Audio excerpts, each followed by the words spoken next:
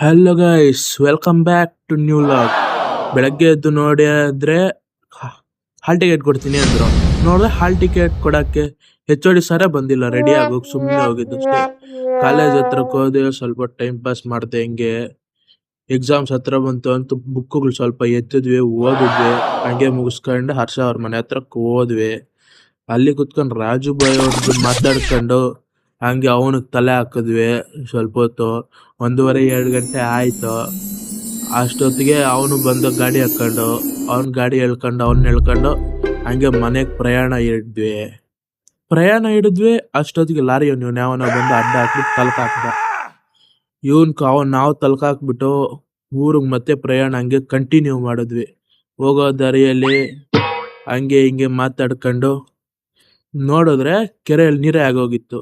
ಕೆರೆಯಲ್ಲಿ ನಾಯಿಗಳು ಓಡಾಡ್ತಿದ್ವು ಗೈಸ್. ಆ ನಾಯಿಗಳ ಜೊತೆ ನಾವು 3 ನಾಯಿಗಳು ಅನ್ಕೊಂಡ್ಬಿಟ್ಟು ನೋಡಿ, ನಾವು 3 ಹಿಂಗೆ ಪಡಗಳು ಬಿಟ್ಕೊಂಡು ಮನೆಗೆ ಹೋದ್ವಿ. ಮನೆಯಲ್ಲಿ ಇವನಿಗೆ ಸ್ವಲ್ಪ ತಲೆ ತಿನ್ಬಿಟ್ಟು ಮತ್ತೆ ಇವನ್ ನೋಡಿ ನರಿಗಳಿಗೆಲ್ಲ ತಲೆ ತಿಂತಾನೆ. ಮತ್ತೆ ನೋಡಿ ಬಟ್ಟಿಗಾನ ಹಾಕೊಂಡು ಮುದುಕ್ತಾ ಅವನೇ. ಸರಿ ಹಂಗೆ ಅನ್ಕೊಂಡ್ರೆ ನೋಡಿ ಬಟ್ಟಿಗಾನ ನಲಗ್ಬಿಟ್ಟು ಹೊರಟೋದ. ಮತ್ತೆ ಬಾಡಿಗೆ ಬಿದ್ವಿ. ಅಷ್ಟೊತ್ತಿಗೆ ಆಗೋಯ್ತು. ಬಾಯ್ ಮರ್ತೋಗ್ದಿರ ಲೈಕ್ ಮಾಡಿ, ಕಮೆಂಟ್ ಮಾಡಿ, ಶೇರ್ ಮಾಡಿ.